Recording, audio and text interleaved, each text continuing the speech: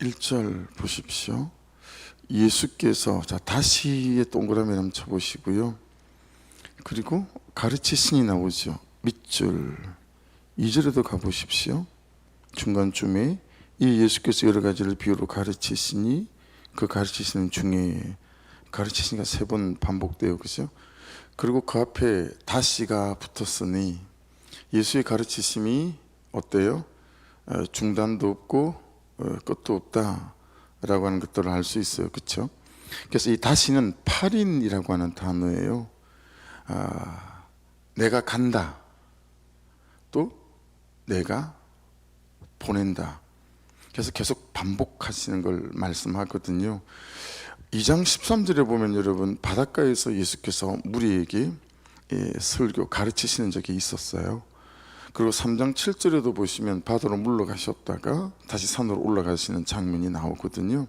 그러니까 지금 2장 13절처럼 다시 또 바다에서 가르치신다라는 거예요.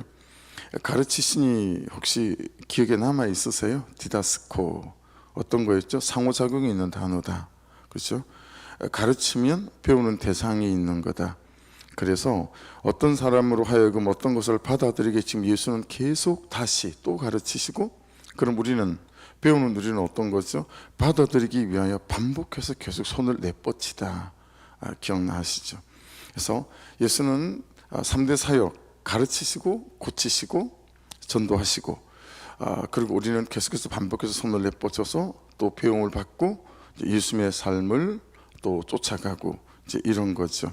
그래서 2절 보십시오. 이에 예수께서 여러 가지를 비유로 가르치시니 그 가르치시는 중에 그들에게 이르시되, 이게 예수께서 가르치시니 이게 미완료 가그예요. 그러니까 여러분, 계속해서 가르치신다라는 거예요. 미완료 가그니까요. 그러니까 이 가르치심은 오늘 이 아침에도 끊어지지 않으시죠.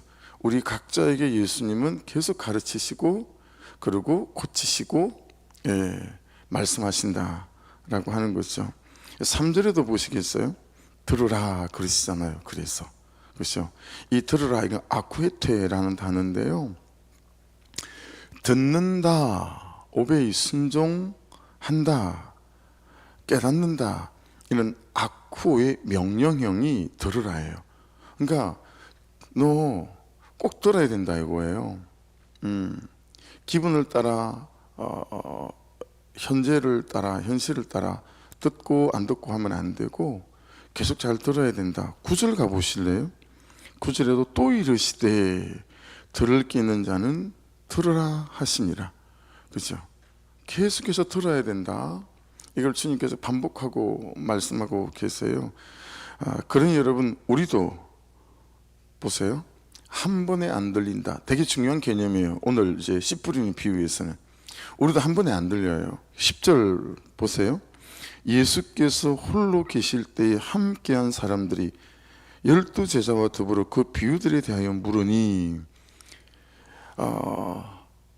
바깥에서 말씀을 하시는데 안 들렸어요. 비유로 말씀하시고, 비유는 대조의 뜻이 있거든요. 누구에게는 감추고 누구에게는 들리게 하려고 비유로 말씀하시는 거거든요. 제자들이 못 알아들었어요. 그랬더니 여러분 어떻게 해요? 예수께서 홀로 계실 때 함께한 사람들이 12제자와 더불어 그 비유에 물으니, 다시 묻는 거예요. 주님, 그게 무슨 뜻이에요? 예수는 계속 가르치시고 말씀하시고, 우리는 어떻게 해요? 들으라. 아쿠에테, 명령형이고, 또 10절에서는 그렇죠? 한 번에 이 안 들리는 대상인 우리가 다시 예수님께 묻는 거예요. 주님, 그게 무슨 뜻이래요? 그죠? 왜 그럴까요? 왜 끊임없이 가르치시고, 왜 말씀은 끊임없이 우리가 반복해서 들어야 하고 물어야 된다고 말씀하실까요? 들리면 구원이고 안 들리면 심판이기 때문에 그렇죠. 이건 여러분 죽어서뿐만 아니라 살아있는 동안에도 내 삶 자체가 심판과 구원을 받는다는 거예요. 잘 들린 사람들은 어때요? 여러분, 이 들리는 거는 귀에 들리는 걸 말하는 게 아니에요. 그죠? 심중에 들리고 깨달아져서 어찌할꼬 이걸 말하는 거잖아요. 그런 사람은 지금의 내 현재와 내 선택과 결정에서 어때요? 구원을 받는 거예요. 말씀을 따라가니까. 그런데 심중에 어찌할꼬가 안 되는 사람은 말씀을 따라가지 못하고 내 뜻을 따라가니까 그게 심판이죠. 그러니까 이렇게 끊임없이 가르치시고 우리는 끊임없이 손을 내뻗어 들어야 하는 이유, 안 들리면 다시 주님 무슨 뜻이래요? 라고 물어야 하는 이유는 이 사는 중에도 들리면 구원이고 안 들리면 심판이기 때문에 그렇다라고 하는 거예요. 그렇죠? 그래서 12절 보십시오. 12절. 이는 그들로 보기는 보아도 알지 못하며 듣기는 들어도 깨닫지 못하게 하여 돌이켜 제3을 얻지 못하게 하려 함이라 하시고, 그렇죠? 안 들리면 돌이킴도 없고 제3도 없대요. 그렇죠? 회개할 줄 모른다라는 것이 안 들리니까 내 죄인 줄 모른다라고 하는 거예요. 아, 내가 잘못했구나 그에게, 또는 나의 현재에 대하여. 그러니까 여러분, 전가의 보도처럼 써요. 안 들리면 목사님, 들리면 저도 막 그렇게 하겠는데 말씀이 안 들려가지고 뭐 어쩔 수가 없네요. 이게 전가의 보도처럼 휘두르는 분들이 계세요. 우리가 참 부드럽고 따뜻하게 잘 말씀해 줄 수 있어야겠죠. 그게 좀 전가의 보도처럼 휘두려야 될 게 아니다라고 하는 거예요.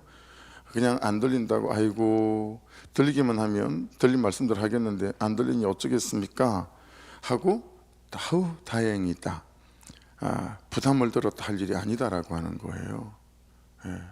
아유 목사님 딱 부담이 되면 딱 하겠는데 그냥 이렇게 하고 넘어갈 일이 아니다라고 하는 거예요. 그 안 들리는 나에 대하여, 부담이 안 되는 나에 대하여 사실은 어때야 되는 거예요? 하나님 저 안 들려요, 부담이 하나도 안 돼요 라고 사실은 안 들리는 내 심령에 대해서 애통함이 있는 게 맞다 라고 하는 거죠. 3절 보십시다. 들으라, 씨를 뿌리는 자가 뿌리러 나가서.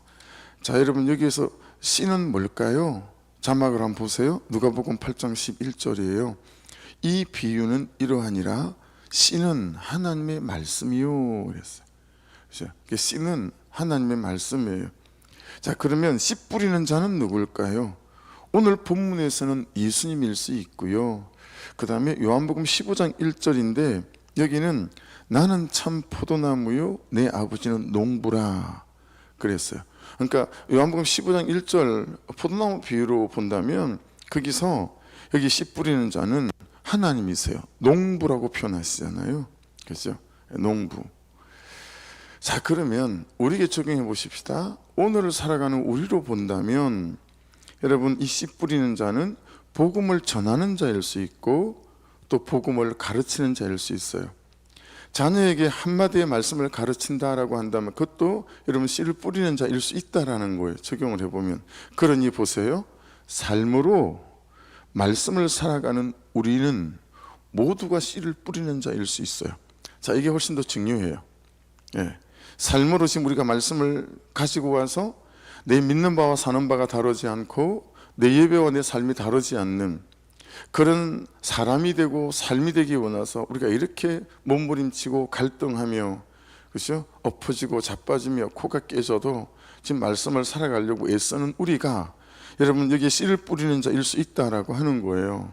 그러니 그렇게 보면 내가 말씀대로 그는 나보다 옳도다 하면서, 그죠? 내가 들을 말을 들었습니다 하면서 그와 이 현재와 현실을 받아내 보지만 어때요? 그 사람이나 이 현재가 도무지 열매가 없는 거예요. 그 사람이 변화될 기미도 없고 이 현재도 꿈쩍도 하지 않고 달라질 기미도 없는 길가 같은 어떤 사람, 내 남편이나 자녀일 수 있죠. 또 돌짝밭 같은 내 현재와 현실일 수 있죠. 또 가시떨기 밭 같은 나일 수도 있잖아요. 들리고 깨닫는데 도무지 순종이 안 되고 끊어낼 수가 없고 중단될 수가 없는 거죠.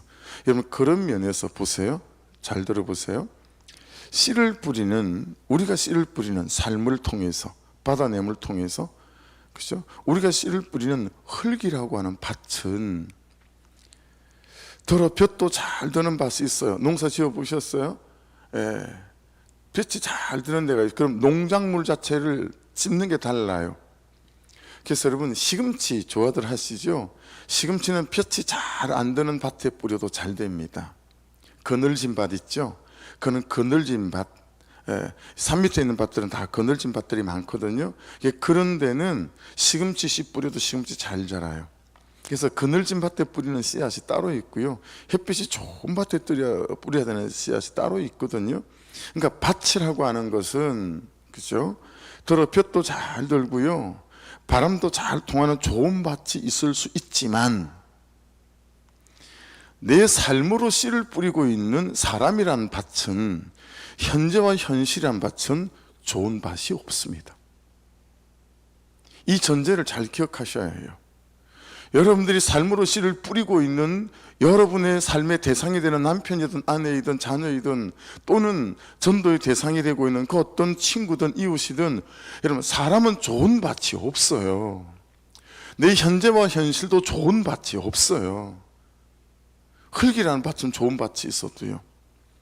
그러니까 내 밭 하나님의 대상인 사람이라는 밭, 현재와 현실이라고 하는 밭은 나의 썩어짐과 나의 죽어짐이 그 밭의 그름이 되는 거예요. 그러니까 그 밭을, 그 대상인 그 사람이란 밭을 탓하면 안 되고요, 내 현재와 현실이란 밭을 탓하면 안 돼요. 분명히 그 밭이 좋은 밭 아니에요. 하지만 내 밭 하나님과 내 죽어짐, 내 썩어짐으로 계속 그 밭의 그름이 되잖아요. 그럼 여러분, 어느 날 그 사람이라는 밭이, 내 현재와 현실이라는 밭이 나의 죽어짐과 썩어짐의 이 걸음을 통하여 드디어 이 씨앗이 떨어질 때 뿌리를 내기 시작하고 싹을 틔우기 시작하는 일들이 시작된다라고 하는 것입니다. 그래서 그 사람이라고 하는 가시떨기 같은 밭, 이 나의 현재와 현실이라고 하는 돌짝 같은 밭을 그렇게 내가 썩어지고 죽어지며 좋은 밭이 되게 한다라고 하는 것입니다. 그러니 세월이 필요해요. 그러니 받아내는 눈물도 필요하고, 그리고 우리의 수고도 필요해요. 그러니까 저와 여러분은 그는 흙이라는 밭이 아니라 이 참 안 되는 사람이라는 밭에 씨를 뿌리는 자다. 나의 이 막막해 보이는 현재와 현실에 씨를 뿌리는 자다 라고 하니, 여러분, 이 삶의 씨를 뿌리는 농부인 우리가 게을러서 쓰겠냐고요. 그죠? 한 번, 두 번, 세 번, 네 번, 여섯 번, 일곱 번 거절한다고 그럼 주저앉아 버릴 겁니까? 그럴 수 없다라는 거예요. 그래서 참 우리가 먼저 내가 하나님의 은혜로 공급받아 충만한 사람이 되어 있는 것은 이게 사느냐 죽느냐의 문제인 거죠. 예. 우리가 지금 고상한, 그죠? 종교놀이를 하고 있는 게 아니에요. 이 새벽을 깨우는 건, 그죠?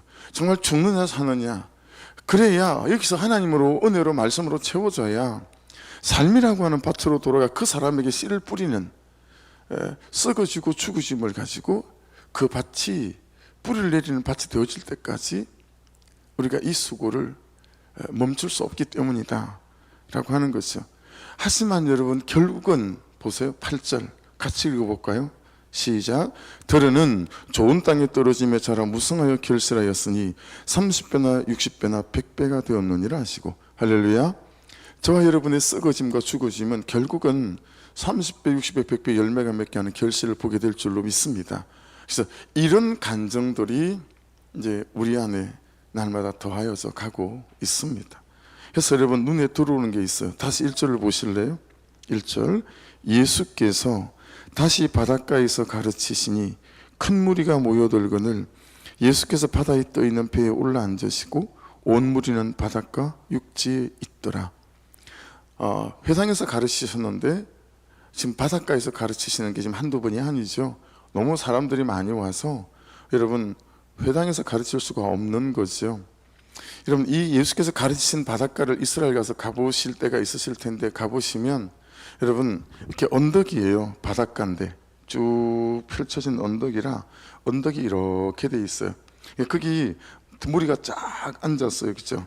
그리고 예수님은 이쪽 배를 타고 무리가 떨어져 있어요. 그러니 여러분, 모든 바람이 어떻게 불죠? 해풍은 바다에서 육지로 불어요. 그래서 그 많은 무리가 있어도 그냥 이 마이크를 쓰고 있는 것처럼 그러면 다 들려요. 예. 이게 자체가 이렇게 로마 원형 경계자처럼 이렇게 돼 있어 가지고요, 지형 자체가 그래요. 예수께서 말씀을 전하신 곳들은 다 그런 곳들이에요. 이게 바닷가에 앉으면 그냥 바람을 따라 이 바람이 지형이 스피커 역할을 하고 마이크 역할을 하는 거예요. 이걸 보면서 여러분 깨닫게 되는 바는 어떤 거냐면 예수께서 가장 말씀을 잘 전할 수 있는 장소를 고르신 거죠. 그렇죠? 구조를 갖췄다라는 거예요. 세팅하셨다라는 거예요.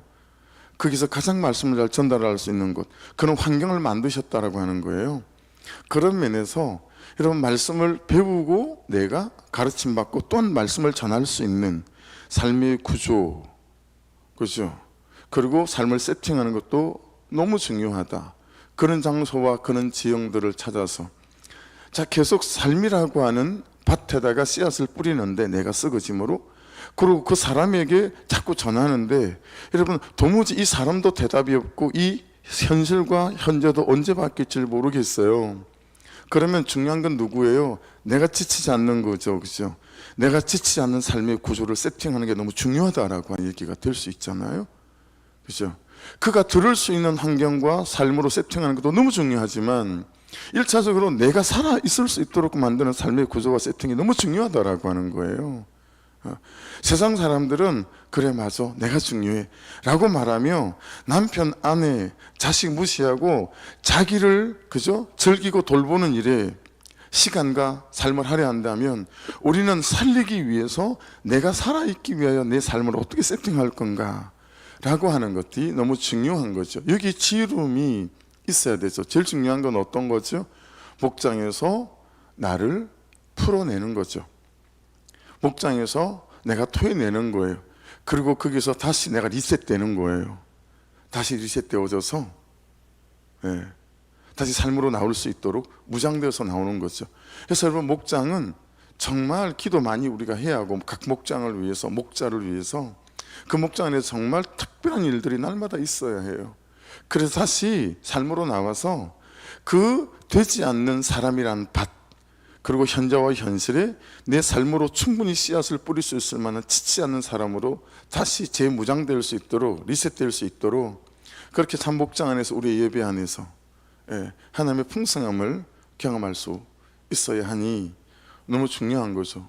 우리가 공중 예배로 함께 드리는 예배도 너무너무 생명 같은 것이고, 그리고 목장 예배 안에서 이제 내가 말씀에 비춰 나를 토해내는 작업, 그것 또한 정말 은혜가 있어야 되는 일이다 라고 하는 것들을 깨달을 수 있습니다.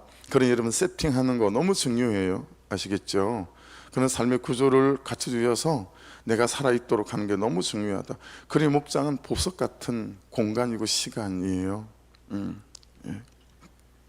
4절, 5절, 6절, 7절까지 볼게요. 뿌릴새 들으는 길가에 떨어짐에 새들이 와서 먹어버렸고, 들은 흙이 얕은 돌밭에 떨어짐에 흙이 깊지 아니하므로 곧 싹이 나오나. 6절, 해가 돋은 후에 타서 뿌리가 없으므로 말랐고. 7절, 들은 가시떨기에 떨어짐에 가시가 자라 기운을 막음으로 결실하지 못하였고. 자 여러분, 이 말씀을 제가 배울 때는 이게 세 사람으로 배웠어요. 각기 다른 사람인 거예요.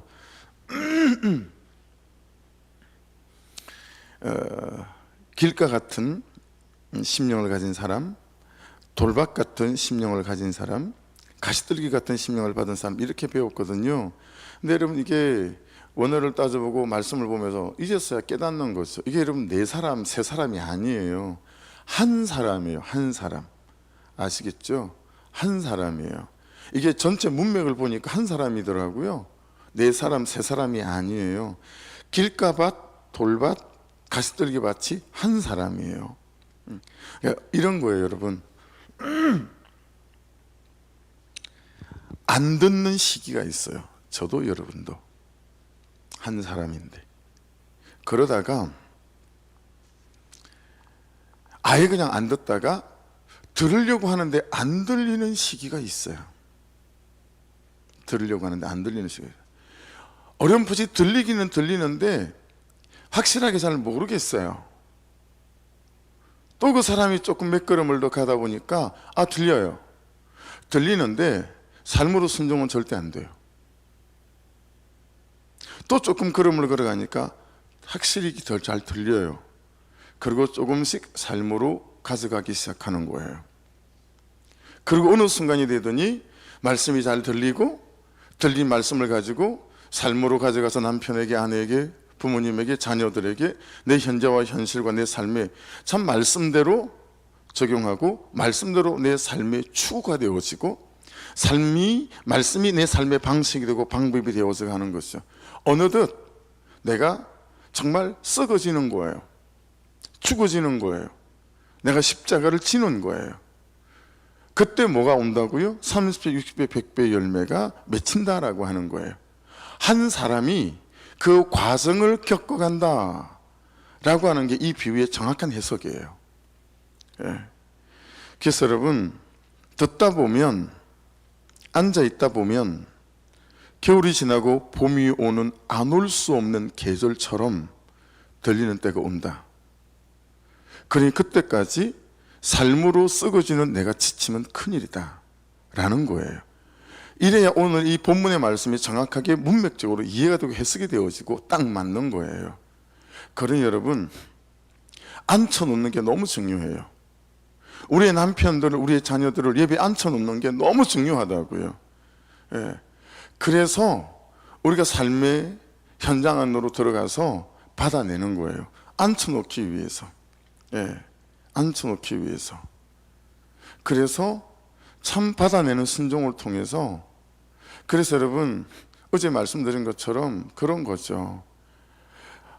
어느 한 날 내가 다른 모든 것은 당신에게 맞출 터이니 주일은 예배에 같이 좀 앉아서 예배 드려요 라고 하는 눈에 눈물이 글썽거리는 그 눈과 눈물이 그를 어찌할 수 없이 휘어잡을 수 있는 하나님의 능력이 될 수 있을 만큼의, 그 나의 한마디가 거절할 수 없을 만큼의 우리의 받아냄이 있어야 되겠다. 그래서 그를 앉혀놔야 그 사람이 이 과정을 지나갈 거라고요. 하나도 안 들려요. 왜 와서 앉아있는지를 모르겠어요. 근데 차마 아내의 받아냄이 앉아있는 것을 거절할 수 없는 거예요. 자녀가 앉아있는 게 거절할 수 없는 거예요. 그랬던 그가 어느 정도 시간이 되면 들리기 시작하는 거죠. 내가 겪어왔던 그 과정을 그가 똑같이 겪어가는 거죠. 그러니 여러분, 이 시간에 절대로 무너지시면 안 돼요. 왜 안 달라지지? 아니요. 겨울이 지나 봄이 오는 계절이 오는 것처럼, 안 오고는 안 되는 것처럼 반드시 그런 계절은 와요. 그러니까 그렇게 앉혀놓는 것들이 너무 중요하다. 그래서 여러분, 제가 우리들 교회 목장을 20몇 군데를 들어가 봤잖아요. 예. 그래서 제가 10몇 번을 갔으니까, 목회 세미나를.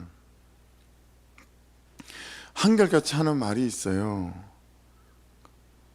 무슨 말이 있냐면, 남자들이요, 처음에는 오면 3개월 동안 이렇게 생각하는, 이것들이 미쳤지. 아니 지가 바람 피웠으면 피웠고 잘못했으면 잘못했지, 그걸 뭐 굳이 사람들에게 무슨 그게 자랑이냐, 떠벌리고 뭐하러 이렇게 말을 해? 야, 이것들이 미쳤다. 교순화돼 가지고. 제가 한번 들어간 목장은 부장 판사님이 계셨어요. 그리고 한 분은 대한항공 기장이었어요. 그는 우리가 말하는 적어도 사회에서 잘 나가는 사람이 목장인 거예요. 그 목장은 전부 다. 근데 부장 판사님이 아내한테 뭘 잘못했는지 각방을 썼는데 절대로 아내가 방에 못 들어오게 하는 거예요. 그게 부장 판사가 맨날 그 실에 소파에서 잔다는 거예요. 그래서 오늘 들어가서 자면 안 돼? 그러면 나가! 그런다는 거예요. 얼마나 꼬질꼬질합니까, 그죠? 부장 판사가 돼가지고 그런 걸 나누고 앉아 있는 거예요. 그걸 듣고 있는 처음 온 세신자는 저게 미쳤지, 이렇게 생각을 한다는 거예요. 뭘 저런 얘기를, 지하고 아내하고 된 얘기를 뭐 여기 와가지고 아이고 바보 같고 병신 같고 쪼다 같고 그렇게 생각이 든대요. 3개월은. 근데 한결같이 그러는 거 있죠. 근데 3개월이 지나잖아요. 그럼 이런 생각이 든대요. 나라도 도망가겠다. 자네가 가출을 한 거예요. 그러면 야, 내가 네 자식이라도 내가 가출하고 말겠다. 저게 아버지야? 그렇게 생각을 한대, 6개월까지는. 근데 여러분, 100에 99명은 6개월이 지나면 다른 사람이 이제는 똑같은 그 사람의 죄를 나눌 때 내가 그런 사람인데? 라르게 모든 그런 고백이 나온다는 거예요. 6개월이 지나면 저 죄가 내 죄인데. 그래서 그들은 불문율을 갖고 있어요. 6개월을 앉혀놓으면 된다. 6개월을 예배 주일마다 계속 앉혀놓고 6개월을 목장에 앉혀놓게 되면 하나님이 일을 하시더라. 그렇게 고백해요. 여러분 199명이 그렇다면 그 맞는 거 아닐까요? 임상이잖아요. 그러니까 그만큼 앉혀놓는 게, 붙어가는 게 중요하다라고 하는 거예요. 내가 지금 이 고난을 잘 이겨가면 그 당사자에게, 내가 삶으로 말씀을 전하는 그 당사자에게도 어느 날 고난이 올 때가 있는 거예요. 어느 날 실패가 올 때가 있는 거예요. 그럼 아파요. 힘이 들어요. 여러분 그때가 그가 안 들리던 말씀이 들리는 때가 되기 시작한다는 거예요. 이건 누구라도 어김이 없어요. 그러니까 그때를 보고 지금을 우리가 썩어지고 죽어지는 그 과정을 삶으로 말씀을 전하는 이 삶을 우리가 살아가는 거예요. 그래서 여러분 이 말씀에 있어서는 농부의 열심, 하나님의 열심이 우리를 그렇게 이끄신다라는 거예요. 한번 보실래요? 여러분 요한복음 1장 14절이에요. 말씀이 육신이 되어 우리 가운데 거하심이, 여러분 굳이 그죠? 말씀이 육신이 되고 또 육신이 되어 우리 가운데 오시고, 이게 여러분 예수님의 열심이에요. 죽어지고 썩어지는 열심인 거잖아요. 그게 십자가에 매달리는 열심. 여러분 로마서 5장 8절 같이 한번 읽어볼까요? 시작. 우리가 아직 죄인 되었을 때 그리스도께서 우리를 위하여 죽으심으로 하나님께서 우리에 대한 자기의 사랑을 확정하셨느니라. 여러분 이게 예수님의 열심이에요. 죽어지잖아요. 언제까지? 제게 말씀이 들리고 제 삶에 순종할 때까지. 그분은 십자가를 포기한 적이 없었어요. 야 이만하면 됐다, 징하다 징해, 야 내가 다른 사람 찾을란다 하시는 법이 없는 거예요. 끝까지 그분은 십자가에 죽으시는 거예요. 우리 보고 너는 그렇게 말씀을 전하는 사람인데, 야 반드시 겨울이 지나면 봄이 오는 것처럼 안 오고야 안 되는 계절처럼 그렇게 될 거야.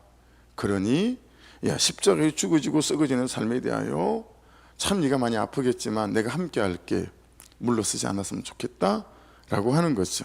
여러분 하나님의 열심이 돌짝밭 같은 나를, 그를, 우리를 반드시 갈아엎으시는 날이 온다. 아멘 하십시다. 다시 한 번 더요. 하나님의 열심이, 우리 예수 그리스도의 열심이 돌짝밭 같은 나를, 그를, 우리를 갈아엎으시는 날이 반드시 온다. 할렐루야. 그래서 생각해 보세요. 제가 농부의 아들이라 농사 많이 져봤거든요. 땅이 어떻게 땅을 갈아엎겠어요? 그런 일은 없어요.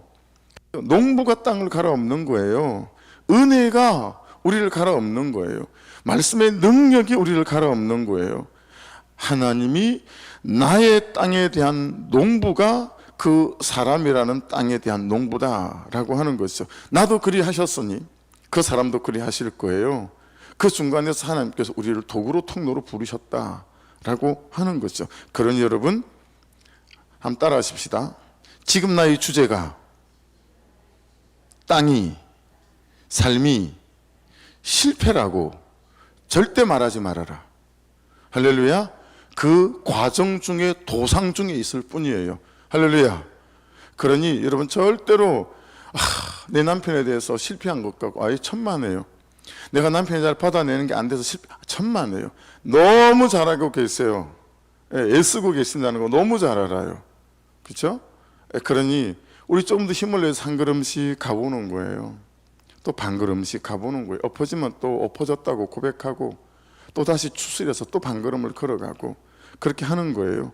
절대로 지금 나의 주제가 내 삶이, 그리고 내 땅이 실패다 말하지 말거라. 왜냐하면 하나님의 열심이, 예수 그리스도의 열심이 반드시 일하시기 때문에 그렇다. 그래서 말씀 따라가면 되고요, 예배 붙어가면 되고요, 목장에 붙어가면 될 줄 믿습니다. 기도하겠습니다. 말씀 붙잡고 기도하시면서, 하나님, 너무 힘이 들어서 나는 주제가 안 되나 보다, 나는 실패인가 보다, 나는 구속사도 안 통하나 보다, 저 인간이라는 땅은, 내 현재와 현실이라는 삶은 안 되나 보다, 하나님 절대로 실패다고 하는 마음, 저를 찾아와 나를 엇박지르고 나를 고통스럽게 하지 않도록 하나님, 농부의 열심, 이 예수 그리스도의 죽어지는 열심이 여전히 내게 유효하고 역사하시니 이 은혜로 날마다 아버지 하나님 다시 리셋되게 도와주셔서 오늘 이 하루도 내 땅인 그 사람에 대하여, 내 땅인 이 삶에 대하여 아버지 참으로 말씀하신 대로 말씀에 붙어가고 은혜에 붙어가는 인생 되게 하여 주셔서 아버지 겨울이 지나고 봄이 반드시 오고야만 하는 계절인 것처럼 그에 대하여 참 통회하고 회복하고 자복하는 그 계절이 올 때까지 아버지 하나님 은혜 가운데 잘 붙어가는 인생으로 연약함이 없도록 아버지 역사하여 주옵소서. 우리 주여 한번 부르고 같이 기도드리겠습니다. 주여, 아버지 감사합니다.